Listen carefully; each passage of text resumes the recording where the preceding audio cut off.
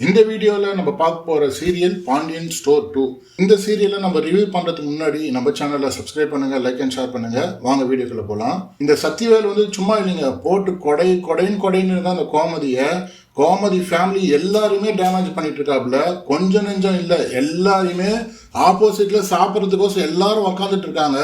அப்போ கூட வந்து சாப்பிட்றாங்களே அப்படின்ற எண்ணம் கூட இல்லாம எல்லாருமே போட்டு அசிங்கப்படுத்திட்டு இருக்காப்புல, கேவலப்படுத்திட்டு இருக்காப்புல. யாருக்குமே வந்து கோபம் வர மாட்டேங்குது. ஏன்னாக்கா 30 வருஷத்துக்கு மேல நம்ம அம்மாவுடைய அண்ணனுங்க இவங்கெல்லாம் வந்து பிரச்சனையில இருக்கிறாங்க. இப்பதான் நம்ம வீட்டுக்கு வந்திருக்காங்க. ஸோ சுமூகமா போகணும். நம்ம எதனா கோவப்பட்டு வார்த்தையை விட்டுட்டாக்கா இங்க பிரச்சனை இன்னும் பெருசாயிடுமே. அதனால எல்லாருமே இங்க பாண்டியன் கோமதி பசங்க எல்லாருமே சைலண்டா இருக்கிறாங்க. சக்திவேல் தான் கேவலமா பேசுறாருனாக்கா நம்மளும் கேவலமா பேசக்கூடாது. அவருடைய தரத்துக்கு நம்ம கீழே இறங்கி போயிடக்கூடாது. அவர் வந்து கிலிஜா பேசினுக்கிறாரு, அவரு கேவலமா பேசிருக்காரு. அந்த கேவலத்துக்கு நம்ம ஈடாகக்கூடாது. நம்ம வந்து கொஞ்சம் ஜெனினா இருக்கலாம் அப்படின்றதுக்கோசரம் கோவத்தெல்லாம் கட்டுப்படுத்திட்டு கம்முன்னு இருக்காங்க. ஆனா இந்த சக்திவேல் சும்மா இல்லைங்க, எவ்வளவு கோவப்படுத்தணுமோ அவ்வளவு கோவப்படுத்திட்டே இருந்தாரு. ஆனா பசங்க எல்லாம் கோவப்படாம வேற ஒருத்தர் கோவமாயிட்டாங்க. அவங்க யாருன்னா கோமதி, அவங்களுடைய தங்கச்சி. இதுவாண்ணே சும்மா இருண்ணே, எப்போ பார்த்தாலும் என் பையனை நீ ரொம்ப மட்டம் தட்டி பேசிட்டே இருக்கிற. என் பையன் ஒன்றும் அவ்வளோ ஒன்றும் மோசமானவெல்லாம் கிடையாது. என் பையன் வந்து நீ நம்புறியோ ரொம்ப நல்லவன். அவனை போல நல்லவன் இந்த உலகத்தில் வேற யாரும் கிடையாது. என் பையனை பற்றி தப்பா பேசாத. போனா போட்டுன்னு பார்த்துட்டு இருக்கேன். ரொம்ப நாள் ஆச்சு, ரொம்ப வருஷமாச்சு. நீங்கெல்லாம் என் கூட வந்து சாப்பிட்டு என் சாப்பாடு சாப்பிட்டு ரொம்ப வருஷமாச்சு.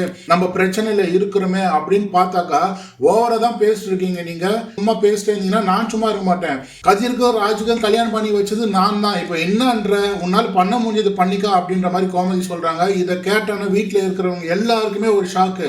எல்லா மூஞ்சிலையுமே ஒரு க்ளோஸ்அப் வைக்கிறாங்க. எல்லாருமே ஷாக் ஆகுறாங்களாம். ஏன்னா அவங்களுக்கு யாருமே தெரியாது இல்லையா. இப்போதான் வந்து பாத்தீங்கன்னாக்கா கோமதி சொல்றாங்க. கோமதி பொது சபையில் இப்படி சொன்ன எல்லாருக்குமே ஷாக் ஆயிட்டாங்க. இதுல பர்டிகுலரா 3 பேருக்கு செம ஷாக்கு. கதிருக்கும் ராஜுக்கும் மீனாக்கும் ரொம்ப ஷாக்கு. மீனா வந்து என்ன பண்றாங்க, அத்தை கம்னிருங்க அப்படின்ற மாதிரி கிட்ட வராங்க. கோமதி என்னன்றாங்கன்னா சும்மா இருடி, சும்மா என் பையனை போட்டு இவ்வளோ கேவலமா பேசியிருந்தா நான் என்ன சும்மா இருப்பேனா? ஃபோன் பேசிட்டு வரலாம். பாண்டியை ஏஞ்சி போயிட்டு திரும்பி வரும்போது இதை கேட்டுறாப்புல.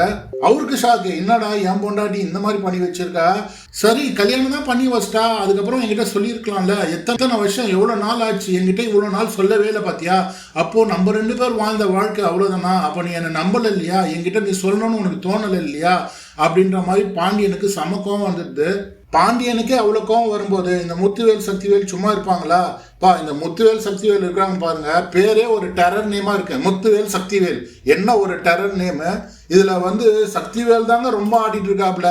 இந்த சக்திவேல் வந்து நம்ம குமரனுக்கு தான் எல்லா சொத்துமே வரணும், நம்ம குமரன் தான் எந்த சொத்தை ஆளணும் அப்படின்றதுனால இந்த சக்திவேல் என்ன பண்றாப்புல, இந்த 2 குடும்பத்தையும் பிரிக்கணும், இந்த 2 குடும்பத்தையும் சேரவே வைக்கக்கூடாது. சேர்ந்துட்டாக்கா 2 ஷேர் போயிடுது. நம்மளுக்கு 1 ஷேர் தான், அவங்களுக்கு 2 ஷேர் வரும். ஒன்று கோமதிக்கு 1 ஷேர் வரும், உனக்கு ராஜுக்கு 1 ஷேர் வரும். அப்போ நம்ம இவ்வளோ நாள் காப்பாத்து நம்ம என்ன சொம்பையா அப்படின்னு சொல்லிட்டு சக்திவேல் என்ன பண்றாப்புல, எப்படியாவது இவங்க 2 பேரை சேரவே விடக்கூடாது. இவங்க சேர்ந்துட்டா நம்மளுக்கு சொத்து காலி, கொஞ்சம் தான் வரும், அதை வச்சு நம்ம நாக்க வழிக்கதா அப்படின்னு நினைச்சுக்கிட்டு தான் இவ்வளவு வேலையும் செஞ்சுட்டு இருக்காப்புல இந்த சக்திவேலு. ஆனா கோமதனுடைய வாதத்தை யாருமே கேட்க மாட்டேன்றாப்புல, சக்திவேலும் சரி முத்துவேலும் சரி. ஏன்னா சக்திவேலும் முத்துவேலும் அவங்களுடைய வாதத்தை கேட்டாக்கா சமாதானம் ஆயிடுவாங்க. அதனால சக்திவேல் எவ்வளவு பத்த வைக்க முடியுமோ பத்த வச்சுக்கினே இருக்கிறாப்புல.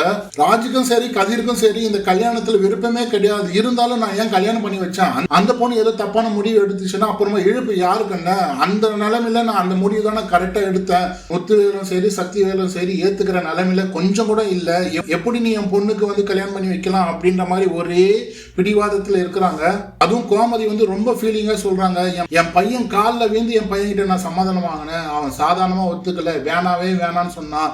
ஆல்ரெடி அவங்க 2 பேருக்குள்ள 7ஆம் பொருத்தம், அவங்க 2 பேருக்குள்ள ஆகவே ஆகாது.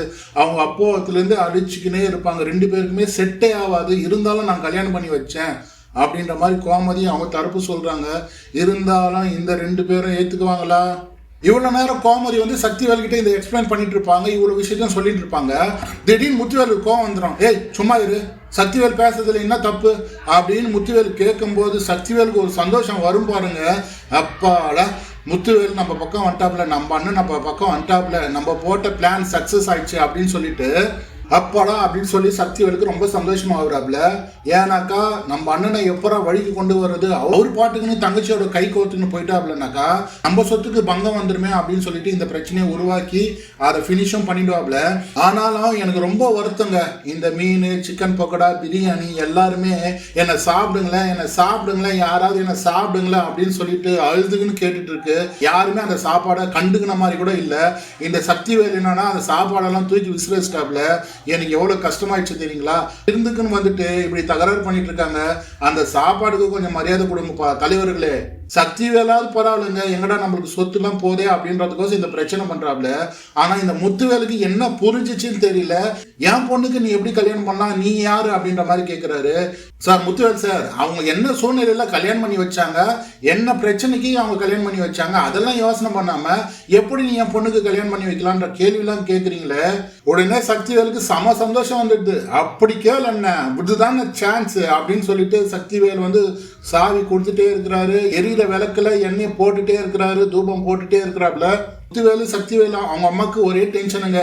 டேய் விட்டு தொலைங்கடா, டே எவ்வளவு நாள் தானே இதே பேசிட்டு இருப்பீங்க, திரும்பி ஆரம்பிச்சிட்டீங்களாடா, ஏன்டா 30 வருஷத்துக்கு முன்னாடி என் பொண்ணு போயிட்டான்றதுக்கோசம் இந்த பிரச்சனை பண்ணீங்க, இப்போ உங்க பொண்ணு கதையை வச்சு இப்போ பிரச்சனை பண்ணிட்டு இருக்கீங்களா, விட்டு தொலைங்கடா டே, சாப்பிடலாம் வாங்கடா, ஏன்டா அது பிரியாணிலாம் எனக்கு வாய் நம்ம வந்துடா வாங்கடா டே அப்படின்ற மாதிரி சொல்றாங்க. நடந்து போச்சு, விட்டு தொலைங்கடா டே, ஏற்கனவே அந்த பிரச்சனை எல்லாம் தீர பேசி ஆறி அலசி ஆராய்ஞ்சிட்டோம்டா டே, அந்த விஷயத்தை விட்டு தொலைங்கடா டே, எவ்வளவு தாண்டா அந்த விஷயத்தை பேசிருப்பீங்க, வேணாம் விடுங்கடா, நம்ம சாப்பிடலாம் வாங்கடா அப்படின்ற மாதிரி சொல்றாங்க. பிரச்சனை தலை மீறி போதுங்க, அவ்வளவுதான். இதுக்கு மேல அந்த விருந்து அந்த சாப்பாடுக்கு ரொம்ப கஷ்டங்க. இதுக்கு மேல நம்மளை யாரும் சாப்பிட மாட்டாங்க அப்படின்னு சொல்லிட்டு அது சாப்பாடு எல்லாம் ரொம்ப அழுகுது.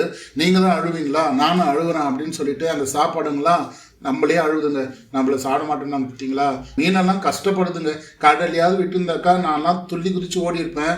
இப்படிலாம் மசாலா தடவி என்னை எண்ணெயில் போட்டு வறுத்தி எடுத்துட்டு இப்படி கீழே போட்டு இருக்கீங்களே, யாருமே என்னை கண்டுக்க மாட்டேன்றீங்களே, சாப்பிட்டா தொலைங்கடா டே, நான் வேற வேலையை பார்ப்பேன் அப்படின்ற மாதிரி மீனுக்கெல்லாம் ரொம்ப சோகங்க. இதுக்கு சக்திவேல் ஒரு டைலாக் கூட இருப்பாருங்க, தெரியாம சாப்பிட வந்துட்டான் அப்படின்னு சொல்லிட்டு, யோ மனுஷா வானாயா, யோ எல்லாம் பிளான் பண்ணிட்டு அவங்க கூப்பிட்டதுலேருந்தே வேணாம் நான் போக மாட்டேன் அப்படின்னு சொல்லிட்டு இந்த வீட்டுக்குள்ள வந்துட்டு பிறகு இந்த வீட்டை சாப்பாடு இந்த விருந்து சாப்பிடக்கூடாதுன்றதுக்கோசம் என்னென்ன பிளான் பண்ணிட்டு இவ்வளவும் பிரச்சனை பண்ணிட்டு இப்போ 2 பேர் அண்ணனும் தங்கச்சியும் அடிச்சுக்கா அதை குறையா பேசிட்டு இருக்காங்க. இப்போ நீ சொல்றியா டைலாக்க தெரியாம வந்துட்டான் அப்படின்னு சொல்லிட்டு, யோ மனுஷா நீ சூப்பர் ஆலியா, யோ இன்னையோட எல்லாமே முடிஞ்சுது அப்படின்னு சொல்றாப்ல. எப்பயா தொடங்கிச்சு முடியறதுக்கு, நீ தான் தொடங்கவே விடவில்லையே, அங்க ஆரம்பிக்கவே இல்லை, நீ தான் பிரச்சனை பண்ணிட்டே இருக்க. இந்த வீட்டுக்கு வந்ததுல இருந்தே இந்த பசங்களை போட்டு வாட்டுன்னு வதிச்சிருந்த, கொஞ்சமாவது மனசாட்சியோட பேசுனியா நீ? ஆனா இந்த சக்திவேல் ஆக்டிங்லாம் பார்த்தாக்கா 1 ரூபாய்க்கு நடிக்கிறானா 100 ரூபாய்க்கு நடிக்கிறேன்னு சொல்லுவோம் இல்லையா, அந்த மாதிரி நடிச்சு நிற்கிறாப்ல. நம்மளுக்கு இதுதான்டா நடிக்கிறதுக்கு சான்ஸ் வந்தது, நமக்கு வர்றது என்னைக்கோ ஒரு நாள் சான்ஸ், இதுதான்டா சான்ஸ் அப்படின்னு சொல்லி அவர் நடிச்சு பிழிஞ்சு தள்ளுறாப்ல. யாருமே சாப்பிடலீங்க, எல்லாரும் கிளம்புற நேரத்தில் பாண்டியன் அங்கே நின்றுட்டு பாப்புல. முத்துவேல் மட்டும் கொஞ்சம் கருணையா பாப்பாப்புல. ஐயோ முத்துவேல் மனசுக்குள்ளே நினைப்பாப்புல, முத்துவேல் பார்க்குற பார்வை எப்படி தெரியுமா இருக்கும், என் தங்கச்சி பண்ண தப்புக்கு நீ நாயா பண்ணுவ அப்படின்ற மாதிரி பார்வை இருக்கும். ஆனால் சக்திவேல் பார்வை எப்படி தெரியுமா இருக்கும், பத்தையா எப்படி கலைச்சி கூட்டின்னு போனேன், என் கெத்து தான்டா, நான் எப்படி நினைச்சேனோ அப்படியே கூட்டின்னு போயிட்டேன் பார்த்தியா அப்படின்னு சக்திவேல் வந்து பெருமிதமாக பார்ப்பாப்புல. கோமதி அவங்க அம்மா கிட்ட வழக்கம் போல புலம்ப ஆரம்பிச்சிடுவாங்க. சாப்பிட்ற அளவுக்கு கொண்டு வந்துட்டு இப்படி மொத்தமா வெட்டின்னு போயிட்டோமா, சக்திவேல் அண்ணன் ஏமா இப்படி பண்ணாரு அப்படின்னு சொல்லிட்டு ஆத்தா கிட்ட அழுகுறாங்க. அப்ப கூட இந்த சக்திவேல் சும்மா இல்லைங்க, வா ஆத்தா சும்மா ஓவரா ஆக்டிங் பண்ணிட்டு இருக்காரு, இன்னும் ஆத்தா வந்து அதெல்லாம் முடிச்சிட்டேன்ல, இதுக்கு மேல நீ என்னதான் ஆக்டிங் பண்ணாலும் ஒண்ணுமே பண்ண முடியாது ஆத்தா அப்படின்னு சொல்லிட்டு அழுதுனுக்கிற அம்மாவை கூப்பிட்டுன்னு தரன்னு இழுத்து போயின்னுங்கிறாப்புல இந்த சக்திவேல். ஆனா சக்திவேல் சரியா பண்ணாருங்க, சான்ஸே கிடையாது. ஃபர்ஸ்ட் கிளாஸாக யோசனை பண்ணி எந்த வார்த்தையை விட்டால் எங்கே பொங்கணுமோ அங்கே பொங்கி அவங்க வார்த்தையை விட்டு இந்த விருந்தையே கலாப்ஸ் பண்ணிட்டு போயிட்டாப்புல. அதுக்கப்புறம் இந்த பிரச்சனைலாம் முடிஞ்சா அதுக்கப்புறம் பாண்டியன் சும்மா இருப்பாப்புலையா, ஏம்மா என் கூடவே 30 வருஷமா வாழ்ந்துட்டு எனக்கே தெரியாம என் பையனுக்கு நீ கல்யாணம் பண்ணி வச்சுட்டு இவ்வளவும் போய் பித்தலாட்டம் பண்றியே, நான் என்னம்மா பண்றது, நீ என் கூட உண்மையா தானே வாழ்ந்த அப்படின்லாம் பாண்டியனுக்கு சமக்கம் வந்துடுது. என்னை விடுடி அப்படின்னு சொல்லிட்டு அவர் பாட்டின் கோயில போய் உக்காந்துடுறாப்புல. அவருக்கு என்ன கோவனாக்கா, வேஸ்ட் சட்டை வெள்ளையமா போட்டுக்கின்னு நம்மளை யாருமே மதிக்க மாட்டேன்றாங்களே அப்படின்ற மாதிரி அவருக்கு கோவம் வந்துடுது. இதுதான் சான்ஸ் செந்திலுக்கு வந்து மீனா போட்டு திட்டிட்டு இருக்காப்ல. எல்லாம் உன்னால் தாண்டி வந்தது, எப்போ பார்த்தாலும் எல்லா பிரச்சனைக்கும் கூட இருந்து எல்லாமே பண்ணிட்டு இப்போ நீ ரொம்ப பண்ணிட்டு இருக்க அப்படின்னு செந்திலுக்கு வந்து இதுதான் சான்ஸ் மீனாவை போட்டு பிரிப்பிடுறாப்புல. ஏன்னா செந்தில் வந்து எப்பவுமே மீனாக்கு வந்து திட்டத்துக்கு உண்டான சான்ஸே இருக்காது. எப்பவுமே சரிமா அடங்கி போகிற சான்ஸ் தான் ரொம்ப ஜாஸ்தி. எப்பவுமே கோவலாம் பட மாட்டாரு. இப்போ செந்திலுக்கு செம்ம சான்ஸ் மீனா கிட்ட. நீ முன்னாடி எப்போ பார்த்தாலும் எல்லா பிரச்சனைக்கும் முன்ன நின்று கூட இருந்து பண்ணிட்டு முன்னாடி நீ நல்ல மாதிரி பேசிட்டீங்க அப்படின்னு செந்திலுக்கு சமக்கம் வந்துட்டு. ஆனா பாண்டியன்லாம் கிரேட் தாங்க. இவ்வளவு பிரச்சனை நடந்துட்டு அவரும் கோச்சிங் போய் கோயில உக்காந்துங்கிறாரு தவிர பொண்டாட்டியை திட்டல, பொண்டாட்டியை அடிக்கல. ஆனா ஒரு சாதாரண ஆம்பளை இருந்தாக்கா இன்னும் பிரச்சனை நடந்திருக்கும், இன்னும் வெடிச்சிருக்கும், இன்னத்துக்குள்ள பொண்டாட்டியை போட்டு தூம் ஆக்கிட்டு இருப்பாங்க. ஆனா பாண்டியன் கிரேட் தான். ஏன்னா கோவப்பட்டின்னு போயிட்டு கோயிலில் போய் உக்காந்துட்டாப்புல அவரு. ஆனா சரவணன் சூப்பருங்க. எப்பவுமே சரவணன் சூப்பர் தான். எப்போ பார்த்தாலுமே அப்பா பக்கம் ஒரு பக்கம் பேசுவாப்புல, அம்மாவுக்கு ஒரு பக்கம் பேசுவாப்புல.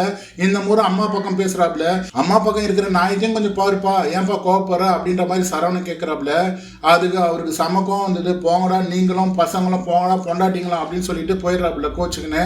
இங்கே கதிர் வந்து அம்மா கிட்ட சொல்கிறாப்புல, கவலைப்படாதம்மா எல்லா பிரச்சனையும் சால்வ் ஆகும், நான் போய் பார்க்குறேன், அப்பாவுக்கு சமாதானம் பண்ணி கூட்டின்னு வரேன் அப்படின்னு சொல்லிட்டு அப்பா இருக்கிற கோயிலுக்கு போய் பேசுகிறாப்புல. இங்கே செல்வம் கோச்சிங் வெளியே போன பிறகு எல்லாரும் ஒரு மூலையிலும் உட்காந்துங்கன்னு எல்லாரும் அழுதுட்டு இருக்காங்க. அடுத்தது என்ன நடக்குமோ அப்படின்னு சொல்லிட்டு.